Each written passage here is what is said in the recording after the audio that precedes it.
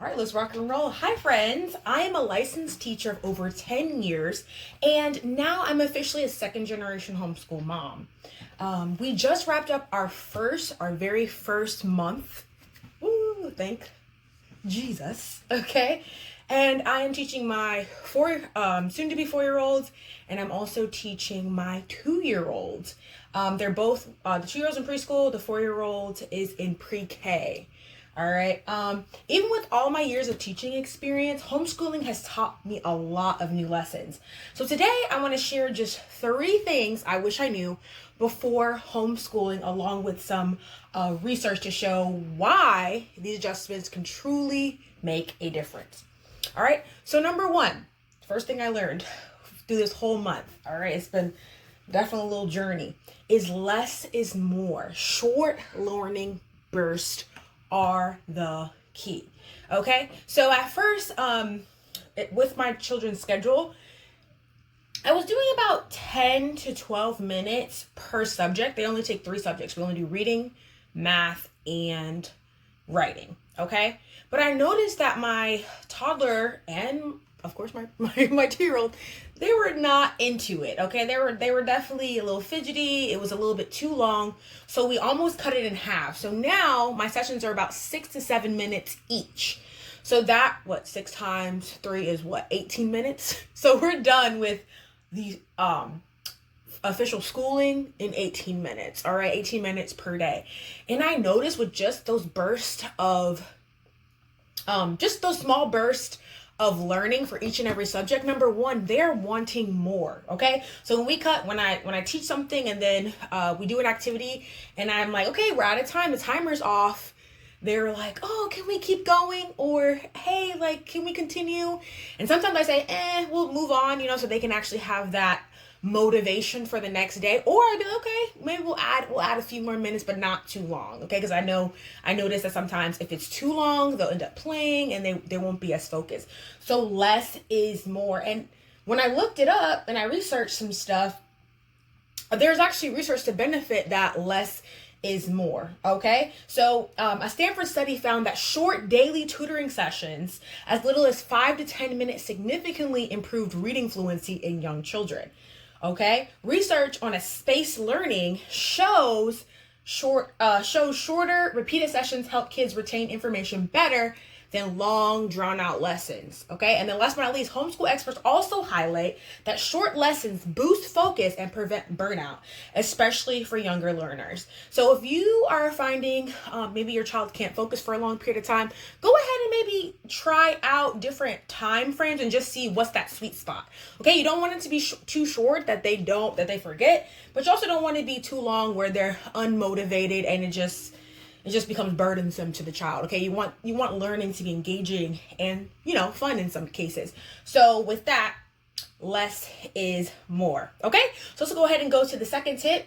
Skip what doesn't serve. Okay. Curriculum flexibility. All right. So this one definitely is something that I also implemented in the classroom, but I was like, let's go ahead and just go along with the curriculum as it is. And I just couldn't do it. I hate wasting time. So, and a lot of people are like, oh, let's just go by the book. If it's not servicing your child's goals, there really is no reason to even add it in. Okay. So, we are actually doing the pre-K Heckerty program. It's an oral reading program where they listen to syllables, they do onset and rhymes, they work on blending, and it's all oral. Okay. And some of the stuff that they have is they have a lot of songs, they have a lot of rhymes, they have a lot of games, right? Which are pretty fun, but the kids love the games. But I noticed that some of the songs they just weren't into, and some of the songs didn't really go along with what we were learning for the week. So what I decided to do was take them out, and the songs take about 2 minutes. So we literally shaved off an extra 2 minutes from our reading lesson. And now, they're engaged. We do a game first, then we do syllables, then we do blending, and it's all working so wonderfully. And as soon as I dropped them, it's just like with the time, they became even more focused and more engaged because we were just focused on the things that, number 1, aligned with their goals, right? And what I'm trying to get them to learn, their learning target. And number 2, they really just enjoyed the things that they enjoyed most about that curriculum. So it was like a win-win. So here's some research that supports that. So one of the greatest strengths of homeschooling is personalization. Research confirms that tailoring learning to your child's needs leads to stronger engagement and better outcomes. Meta-analysis show that students thrive when unnecessary activities are trimmed and the focus is kept on the skills that build true mastery. Okay? So next time you're going through a curriculum and you're noticing that, this curriculum is not what my child needs right now. Maybe it's too hard, or maybe it's too easy, or whatever the case may be. It's okay to take it out. Okay? It is okay. Now sometimes we kind of freak out like, we got to do everything, but remember, the goal is for our children to learn, and personalized learning sometimes means adjustment. So don't be scared to take out some of the pieces that don't belong. All right? So, and last but not least, this is my favorite. Preparation is key. Setting the stage and it sets the stage for learning. Okay? So I noticed that I was really on it that first week. Okay? I literally planned probably a whole month ahead. So I slowly, of course, I get into, I will share this later, but I get into a study mode. Okay? A study and a planning mode. All right? I planned out the year. I went through, what are some criteria that my kids need to know, like the milestones, etc. Right? So I had all, and then I set out their goals. So I'll kind of break this down a little bit later. But anyway, so I learned that with all that, I literally prepared for a whole month. All right. So the first week I was like, okay, I'm ready. Right. Even like the Heckerty program and so forth. I made sure I read through the syllabus, read through how each day is going to go, etc.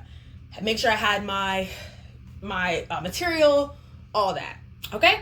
Then the second week, that's when that trial week was like, are you gonna keep doing this or not? So I feel like the second week was more my test week, and I kind of slacked a little bit. So I didn't read over the Heckerty, I think one or two of the days, and I'm not saying the whole week, but one or two of the days of that second week, I was struggling. Okay, I woke up a little later than I was supposed to. I was kind of off schedule, and I wasn't ready. Okay. Like small things like, getting dressed and things like that. I kind of was like, we can just kind of wing it today. Right. And as soon as I winged it, everything just tumbled down like a tower. Okay. So I noticed that if I'm prepared, my kids do a lot better. I feel more confident. They feel a lot more confident.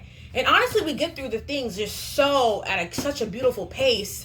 It's mesmerizing. But as soon as I'm like, I'll just read it right before I do it or something like that, as far as like the curriculum, or maybe I'm slacking on materials, maybe I didn't write out the number chart that I was supposed to write out, things just start to crumble. So preparation is truly key. Okay. And that's something that I just can't afford to drop on. All right. So if you're out there and you've noticed that like your days seem like they're crazy, look at how you're preparing. Look at how do you understand the content? Even before your child is sitting, like as soon as your child sits down and is learning a concept, you need to be a master of that concept before they even sit down with it. Okay. Because just in case, even if it's like a self-led or independent-led curriculum or workbook or whatever, make sure you skim it first before your child gets a hold of it, so that you kind of, at least okay, I understand this. If my child has a problem, I can go ahead and help them. Because if you don't even know, it's going to cause a lot of problems and it's going to delay learning, and it's just a whole mess. Okay. So be prepared. Wake up the right time. Stick to your schedule. Stick to your routine. All right. All of that is going to help your child stay focused. It's going to help your child feel safe, feel calm, and it's going to really, really, really help learning grow. Okay. That's what the main thing is. You want your child to grow. Wherever they're at, you just want them to grow. That's the goal. All right. So here's my research for that. Studies show that children learn best in consistent, structured environments. A predictable routine creates security, while preparation on the parents' part sets a standard of excellence. It sets a standard of excellence and models responsibility for kids. Okay. So that is very important. And I got a bonus for those of y'all that stuck around. Hey, you didn't even thank you so much for sticking around. This is also very important. Brain breaks and play. Okay? My kids, they learn 17 to 20 minutes a day, right? with the, as you could say, like the educational academic stuff, right?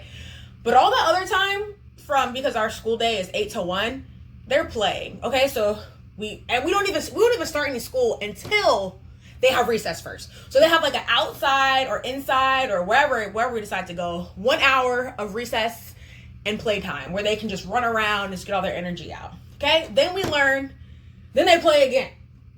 Okay, then we might read a book or something. Then they play again. So it's like a lot of playtime. It's a lot of brain breaks. If it happens to be raining, I make sure we are doing a Danny Go. We are doing Simon Says. They're active, okay, and they need to be tired. Or we'll go to like a local indoor gym. I know a lot of I feel like a YMCA or something like that. They have gyms where the kids can play. They have toddler play days. They also, like, if you're near a local mall, you can go to the mall. They have indoor playgrounds there. They have indoor playgrounds all over the place. So we will find a place for our kids to move and to grow. So movement, it's fun. It's healthy, right? And honestly, it is a focus generator, okay? You're wondering why your kids can't focus? They probably need to move around. So go ahead and do that. So research, and here's some research about it. Research confirms that brain breaks improve focus and reduce stress. So for example, maybe you have an older child, right? And you notice they're really not getting the math, like they're kind of out of it, whatever it could be. Do a brain break. Go Noodle, Danny Go. I'll maybe do a separate video on some active brain break apps or videos that you can play to really help them get engaged. But kind of do that maybe in between. So if, 15, I feel like 15 minutes is pretty much a good time to study and so forth.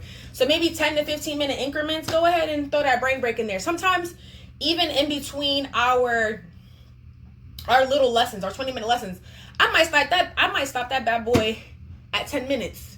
Maybe because they start moving or whatever it can be, and I'll go ahead and put on a brain break that kind of has something to do with our lesson, right? And they can move around and, just because they're also small children, but also integrating that movement into their actual lessons. That also helps with focus. So, and here's the other two. Movement increases blood flow and memory retention. Okay, so notice that, you do A, B, C, D. If you do a little dance with it or something like that, like their favorite ABC song, go ahead and do a dance with it. And guess what? They're probably going to memorize it. Same thing, multiplication. They need to be moving. They're probably going to memorize it, right? So whatever you want them to learn, try to see if you can intertwine those arts into it.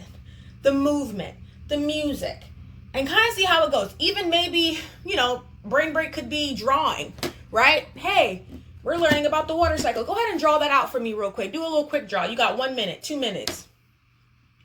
Engaged. All right. So I'll be sharing more of those tips. But yes, that is a game changer. And last but not least, play builds problem solving, creativity, and social skills, which is the core foundations for early learning. Okay. So if your child is between a baby to, I would say, 6th grade, right before they get into middle school age, that's a little different. They love some movement. And honestly, the bigger kids love movement too. I think this can go from K to 12, honestly. But hey, the dad is the dad. So here's my little outro. So even as a licensed teacher of over a decade, I've learned homeschooling requires a whole new perspective. And isn't that the truth? Okay, I have definitely been testing with the rigor over here. Dealing with 2 kids and 2 kids under 5, but we are getting through it. God has been graceful, and I'm just so excited to continue on to the next month and to share with you guys more progress and more tips. And I love the fact that it's built on flexibility, preparation, and trust in the learning process. So I'd love to hear from you. What do you wish you knew before you started homeschooling? Okay, is this your first year? Let me know in the comments. Share your thoughts in the comments. If you found this video helpful, please like, subscribe, and hit that notification so you won't miss future tips. God bless, keep learning, and remember, anything you set your mind to, you can do. All right, peace.